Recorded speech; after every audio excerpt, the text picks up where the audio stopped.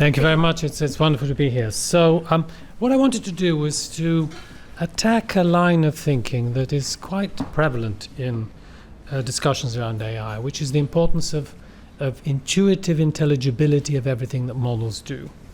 And I want to frame an argument around the way in which models are used in the context of medicine, particularly neurology. Now, we should remind ourselves that there may be many reasons why we might want to know the brain. One reason, and that's the reason the scientists in general, is because they're curious. They would like to reflect on the fundamental nature of things, and of course the brain is an extraordinarily interesting object.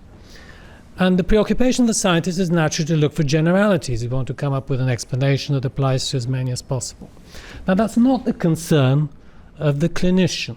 The clinician is focused on the individual, on the patient in front of him or her. And of course, action is much more important than knowledge here, because what the patient asks for is not an explanation, but a treatment.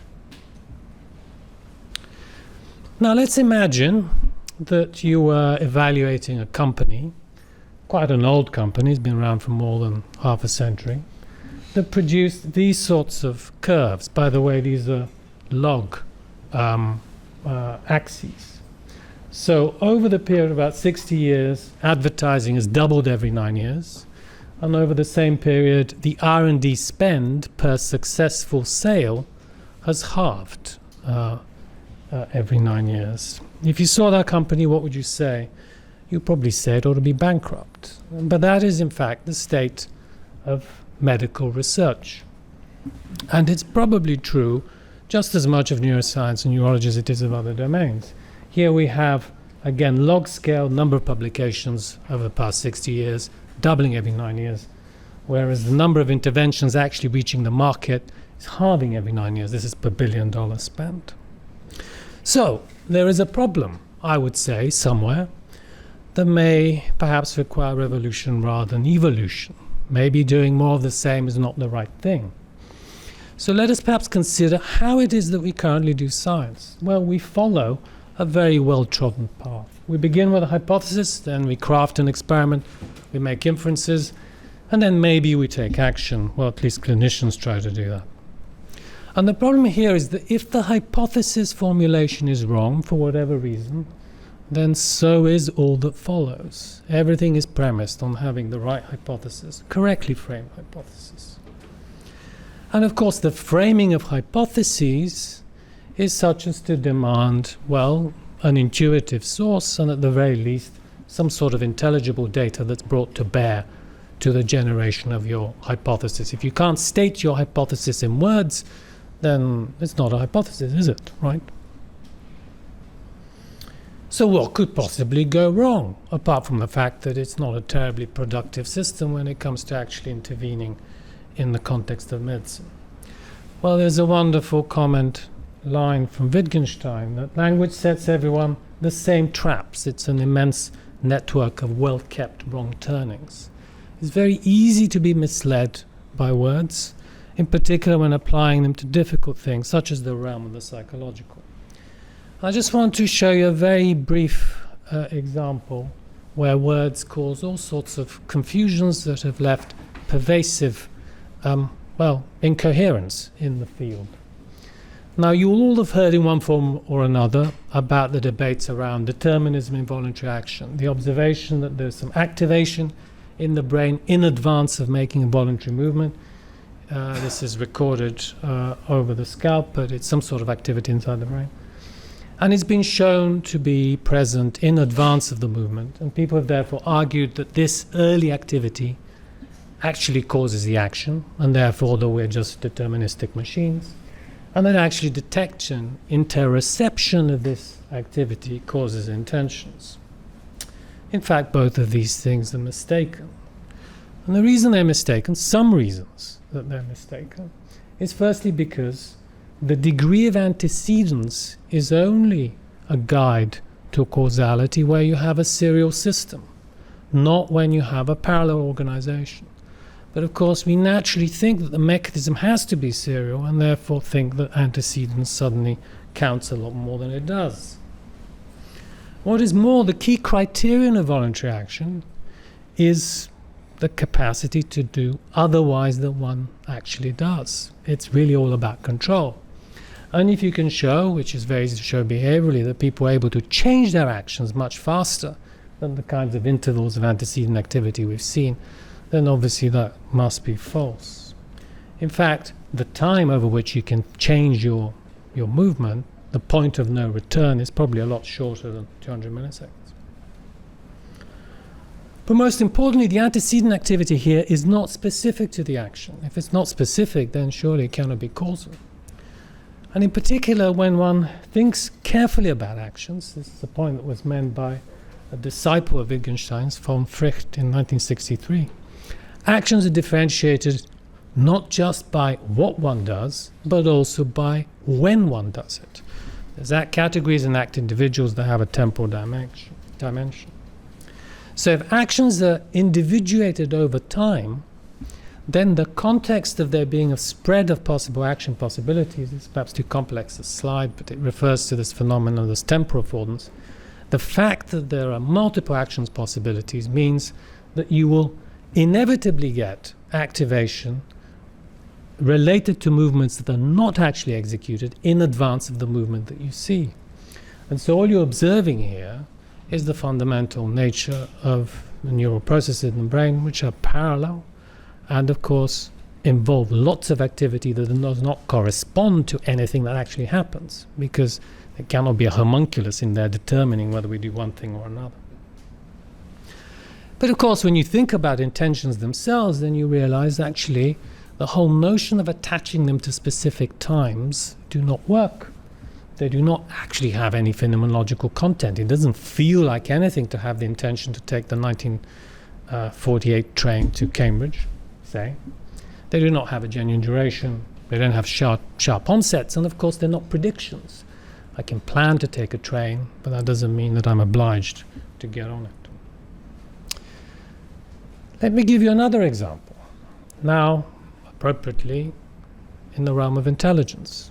One of the commonest tests that we use to measure intelligence, well, fluid intelligence, the most flexible kind, the kind that is most distinctively human, is Raven's progressive matrices. This is a test that's been around for many years now that involves taking a grid of 3x3 grid of 9 objects with one missing and then suggesting which one of 8 possible options corresponds most appropriately to that missing piece. This is the easiest question. Everyone can immediately get it. Obviously, this is the one we use as a demonstration, but they get more complicated. Now, this has been traditionally conceived as a test of abstract reasoning. It looks like a geometric abstract reasoning problem. But is it really? Well, we can take a very simple in-painting model. This is a model that has learned from lots of natural images how to fill in gaps that are missing in a picture, and then simply give it the test and then ask it to fill in the gaps. And this is what it does. So this model has never seen IQ tests of any kind. In fact, it's never seen diagrams. All it has seen is pictures of natural scenes. And yet, if you actually compute its score, you end up with a function that describes the ability to solve the problem in proportion to its difficulty that is equivalent to an IQ of 107. Now, does this mean that this model, which has the roughly the neural capacity of a fruit fly, the computational capacity of a fruit fly, has acquired fluid intelligence? No. What it means is that the way in which we think about intelligence, and in particular the way we think about intelligence tests, may not be quite right.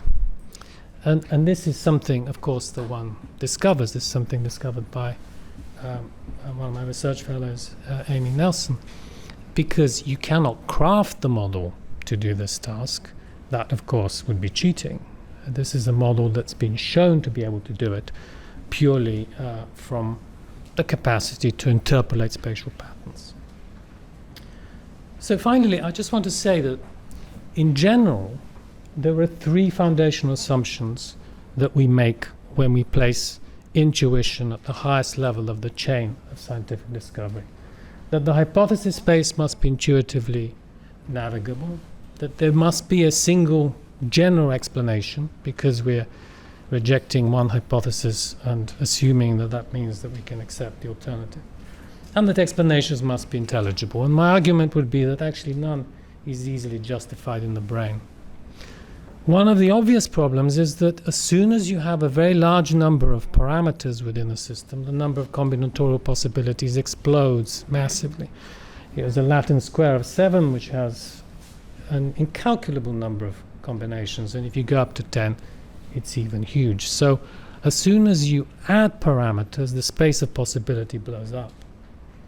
Now, how much room is there for parameters? Well, we think of neurons as being simple things. It fires, it receives impulses, and so on. But here is one synapse, or rather one synapse in the gut of the lobster. This is an stomatogastric ganglion of the lobster, a very simple system that Yves Marder has studied for many decades.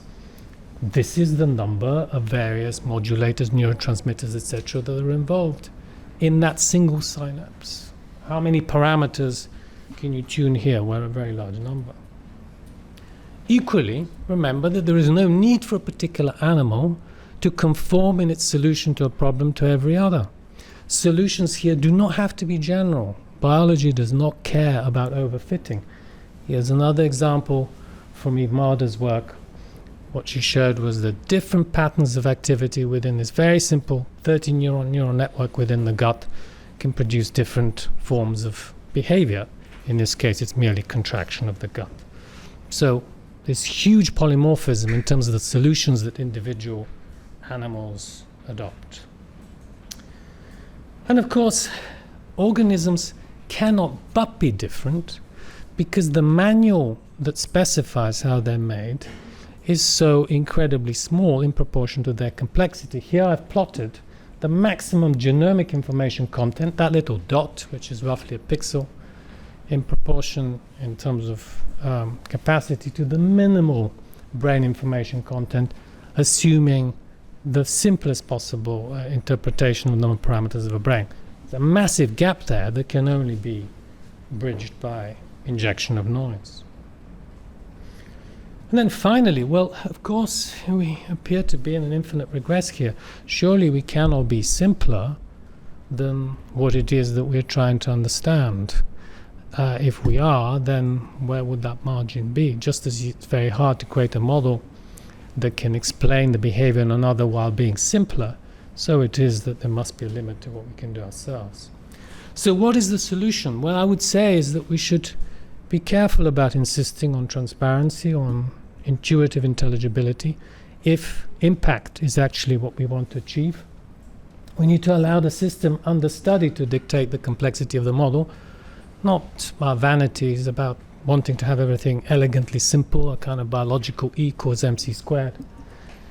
And we should remember that opaque control is better than lucid powerlessness. I would much rather had a treatment for my patient that worked well, even though I didn't understand how it worked, than to have a set of very lucid but not terribly effective means of intervening. Thank you very much. I'll stop there.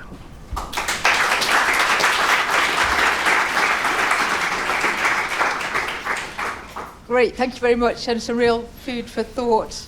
Any scientists, doctors in there that want to comment or question? Any questions?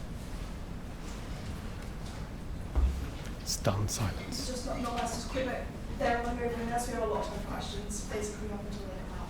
So, So we'll take a couple of questions, then we might move to panel, so you can ask questions to whoever you like. So as a scientist then, that to me is very difficult to sort of, I mean, there are a lot of treatments clearly that we have no explanation for. Well, people might argue there's some, like deep brain stimulation. Yeah. So it's amazing, it can work for some conditions. What do we need to know about it though to make it? I guess the question is, so how do we make these things better? Do we just do it by trial and error? Well, I suspect we might have to do more trial and error than we imagined. And that's why I think it's actually important that we try to learn as much as we can from clinical practice, because that inevitably involves quite a lot of, well, trial and error by definition. You have to try things because you have no option. You're not allowed not to act. You have a patient in front of you who needs something. And actually, one important area of innovation is the use of causal modeling in conjunction with observational data, so that we can draw intelligence from what we already do, rather than just looking at randomized controlled trials, which by their very nature are very limited. You can only do so much. You have to select a population. I just think that in general, there is only so far we can go if we insist on having to have a grasp of what the system is before we begin to explore. And that's just too tight a bottleneck on the space of possible creative solutions. So I think I would agree, and as you say, the sort of medical control trials that we would do now, you have to be very, very specific about what you're looking for, which of course rules out all the other possibilities for finding something that's useful. However, that was brought in for various reasons, including the ethics of what you do with patients. How do you think, is it possible to get those to actually sit in the same space? Yes, in fact, I think that the current RCT framework is not optimal from an ethical perspective, and I will tell you why. Whenever it is that you conduct a trial where you're averaging across the entire population and computing whether or not something works, you're biasing the result against each patient in proportion to his or her distance from that mean. So actually, randomized controlled trials, by definition, discard most individual variation as noise. They cannot personalize. They assume that we're all more or less the same, and if, it works for us, good. If it doesn't, not so good. So actually, what we need to be, I agree the ethical aspect is supremely important, but it needs to begin from a very clear idea of what it is that we're trying to achieve in medicine, and it is to achieve the best possible outcome for the patient that we're treating in front of us, individual patient. That's where it proceeds from. And so the question now is, what should the guiding intelligence be? In certain circumstances, RCTs might be all we have. It's currently what we have. But in other circumstances, maybe we can introduce intelligence from observational data with the right model. Remember, one can't just look at this and not take into account the various biasing effects that you get in observational data. But provided you have the right model, it may be better than an RCT. Brilliant. And I think, are there any other questions? Yes. I had a small question. On one of your slides, you said that biology doesn't care about overfitting. What do you mean by that? What I mean is that the way in which a problem is solved for one individual doesn't have to be the same as another. We actually get the same thing with neural networks. If you think about it, any number of architectures might give you the same input-output transformation. Not just the same architecture with different stochasticities in terms of the way in which the whole thing is constructed. It's because biology, a bit like deep neural nets, are trained end-to-end. They don't specify what's in between. And the solution that you find in one person may be different from another. Great. Well, thank you very much, Professor Nachev, certainly made me think a lot. Thank you very much.